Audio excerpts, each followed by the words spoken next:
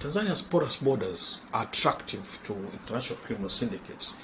There is persistent corruption in the country, which presents challenges to narcotics interdiction and stemming of human trafficking.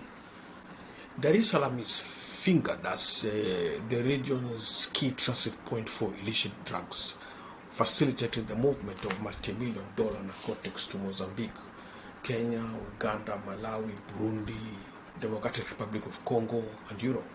Tanzania's exposure has complicated the drug fight for Kenya, which bears the brunt of the narcotics being smuggled through the long common border the two countries share. Tanzanian gangs' ruthlessness in transiting drugs is effective. These are the groups that works with beggars as drug mules or couriers. A drug mule is someone who personally smuggles contraband across a border, as opposed to sending by mail. For smuggling organization, Tanzania criminal syndicates employ mules to reduce the risk of getting caught themselves. It is this reason Kenyan cities tend to have a lot of Tanzanian beggars. These beggars are coming into the country as mules and then being employed again by criminals gangs to collect money, which they use the same money that they are purportedly collecting are mixed up with drug money. So foreign beggars are a very powerful tool being used by drug lords in Tanzania to launder money within and across borders.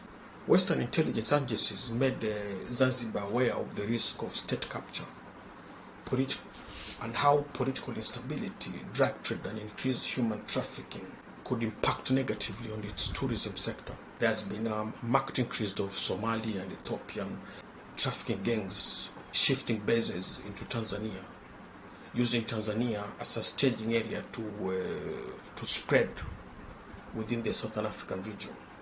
According to the World Bank, Zanzibar tourism is now a significant source of income and its largest source of foreign exchange.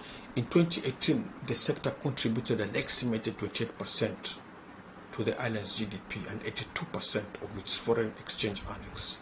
It was thus imperative for the government of Zanzibar to de-escalate tensions between itself and the opposition.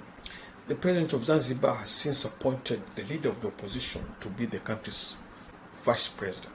The leadership in Dodoma, Tanzania, was initially hostile towards the move, as it risks outshining Tanzanian government. However, the Chinese and the Americans, and even the president of Mozambique, made the case for the Zanzibaris in Dodoma, and there's now a growing appreciation within Dodoma itself. A growing concern is that foreign fighters were getting into northern Mozambique through Tanzanian coast, exploiting the existing heroin route.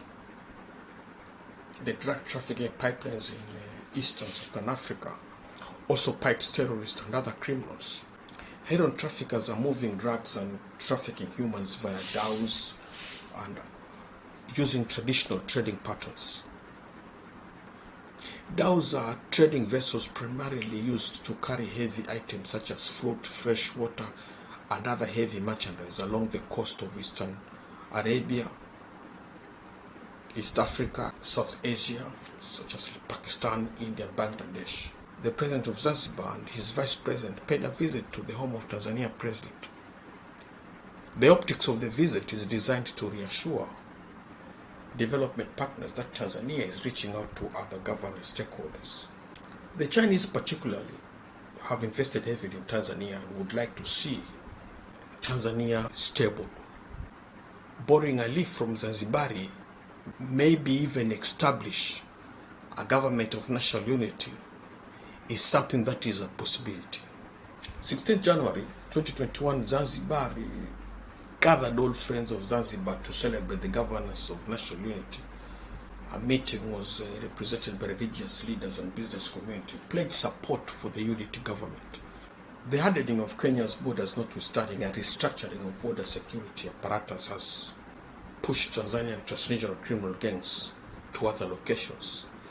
Zambian nationals linked to Tanzanian and West African syndicates are now being caught up with the illegal drugs, which raises concern of convergence between Sahel criminal groups and East African syndicates in transnational organized crime.